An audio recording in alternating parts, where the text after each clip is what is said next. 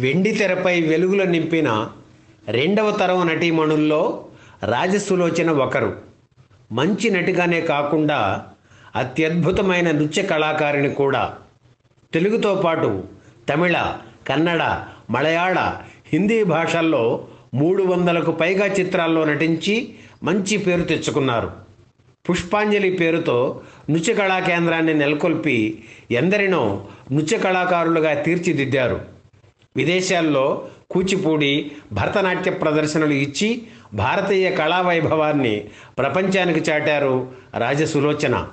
కళా సరస్వతికి తన జీవితాన్ని అంకితం చేసిన రాజసులోచన వర్ధంతి సందర్భంగా ఆవిడ సినీ జీవిత విశేషాలు సేకరించి మీకు అందిస్తున్నాం. 1934 ఆగస్టు 15న విజయవాడలో భక్తవత్సలం నాయుడు, దేవిక దంపతులకు జన్మించారు రాజసులోచన. పిల్లల కోసం పరితపిస్తున్న ఆ దంపతులకు లేక పుట్టిన సంతానం కావడంతో ఆమెను అల్లారుముద్దుగా పెంచారు.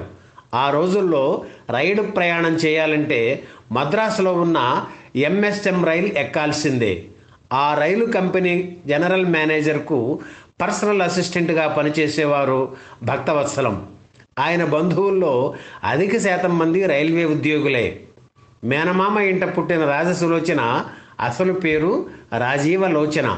అయితే బర్త్ రిజిస్టర్లో పొరపాటున రాజసులోచనగా పేర్కొనడంతో ఆ పేరే స్థిరపడిపోయింది.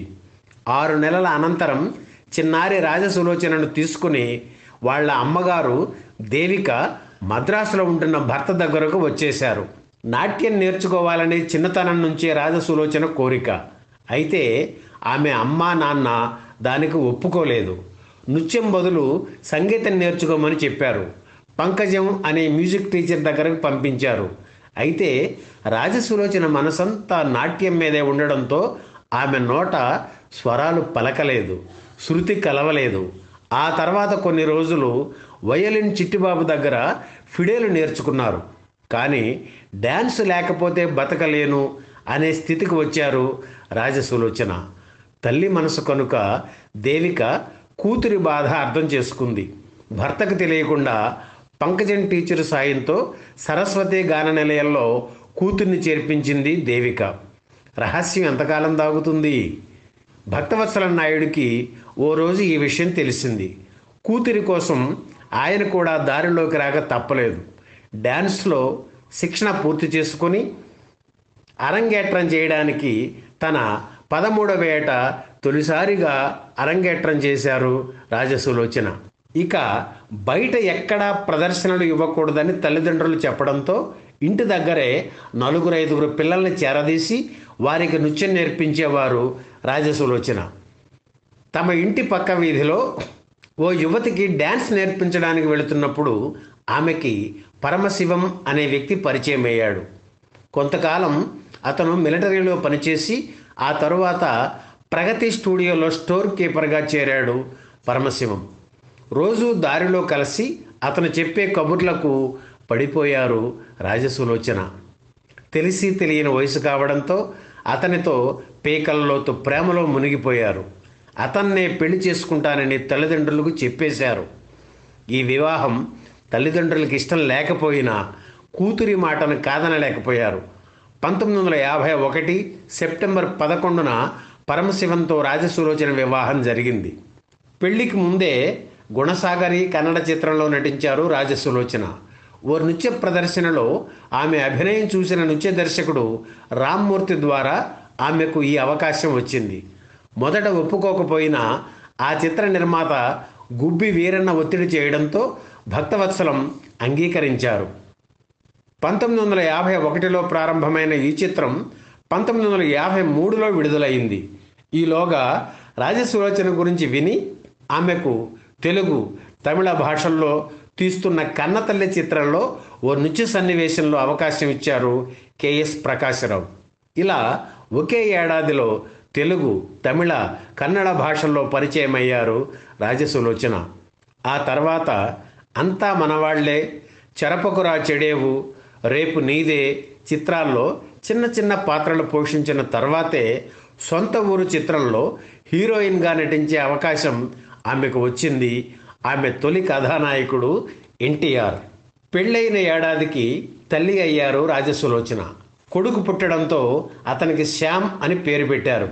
ఆ సినిమా తర్వాత మరిన్ని చిత్రాల్లో హీరోయిన్గా నటించే అవకాశాలు వచ్చాయి. ఒక పక్క హీరోయిన్గా నటిస్తూనే మరోవైపు తోడికోడళ్ళు, జయభేరి వంటి చిత్రాల్లో వ్యాంప్ రోల్స్, మాంగళ్య బలం వంటి చిత్రాల్లో హాస్య పాత్రలు పోషించారు రాజసులోచన. ఆర్టిస్టుగా బిజీగా ఉన్నప్పటికీ వైవాహిక జీవితం అంత సంతృప్తిగా లేదనే చెప్పాలి. భర్త వేధింపులు తట్టుకోలేక అతనికి విడాకులు ఇచ్చేశారు. కొడుకు శ్యామ్ తల్లి దగ్గరే ఉండిపోయాడు. భర్త నుంచి విడిపోవడం, కెరీర్ పరంగా ఆటుపోట్లు ఎదురుకావడంతో తన బాధలు చెప్పుకోవడానికి ఓ వ్యక్తి ఉంటే బాగుంటుందని అనిపించడం సహజం. ఆ సమయంలోనే రాజసులోచనకు పరిచయమయ్యారు దర్శకుడు సిఎస్ రావు. అప్పటికే ఆయనకు పెళ్ళయింది. నటి కన్నాంబ కూతురు రాజేశ్వరిని ఆయన వివాహం చేసుకున్నారు. 2 పిల్లలు కూడా ఉన్నారు. ఆయన వైవాహిక జీవితం కూడా అంతంత మాత్రంగానే ఉంది. రాజసులోచన భర్త బాధితురాలు అయితే సిఎస్ రావు భార్య బాధితుడు. గాయపడిన ఈ 2 హృదయాలు ఏకమయ్యాయి. ఒకరి బాధలు మరొకరితో చెప్పుకొని ఓదార్పు పొందేవారు. సెట్లో వీరిద్దరూ సన్నిహితంగా ఉండడం చూసి ఊహాగానాలు మొదలయ్యాయి. వాటికి అడ్డుకట్ట వేయాలనుకున్నారు సిఎస్ రావు. 1963లో మే నెలలో గురువాయూరులోని వీరిద్దరూ పెళ్లి చేసుకున్నారు. ఈ దంపతులకు 1966 జూలై 27న ఆడకవలలు పుట్టారు. ఆ కాలంలో కవల పిల్లలు పుట్టడం చాలా అరుదు. అందుకే ఈ వార్త ఆ రోజుల్లో బాగా వైరల్ అయింది. శోభన్ బాబు నటించిన దేవుడు చేసిన పెళ్లి చిత్రంలో శారద ద్విపాత్రాభినయం చేశారు. ఆమె చిన్నప్పటి పాత్రలు రాజసులోచన కూతుళ్ళు పోషించారు. ఈ దంపతుల పిల్లల్లో పెద్దామె గురుమూర్తి దేవి అమెరికాలో స్థిరపడ్డారు. చిన్న కుమార్తె దేవి కృష్ణ చెన్నైలో ఉంటున్నారు. కొడుకు శ్యామ్ కూడా విదేశాల్లో ఉంటున్నారు. దర్శకుడు భీమ్ సింగ్ కుమార్తెను ఆయన వివాహం చేసుకున్నారు.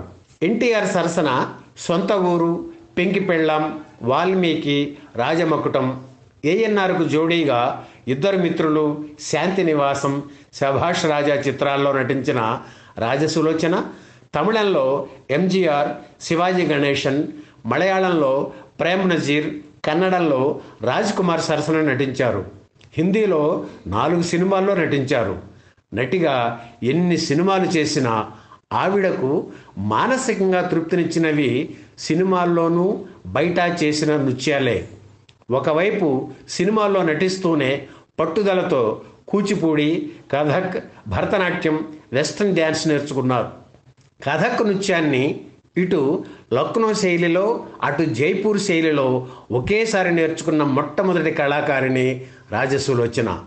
నాట్యాన్ని 10 మందికి నేర్పించి ఆ కళకు మహోన్నత స్థానం కల్పించడమే ధ్యేయంగా మద్రాసులో 1962లో పుష్పాంజలి పేరుతో నృత్య కళా కేంద్రాన్ని నెలకొల్పారు.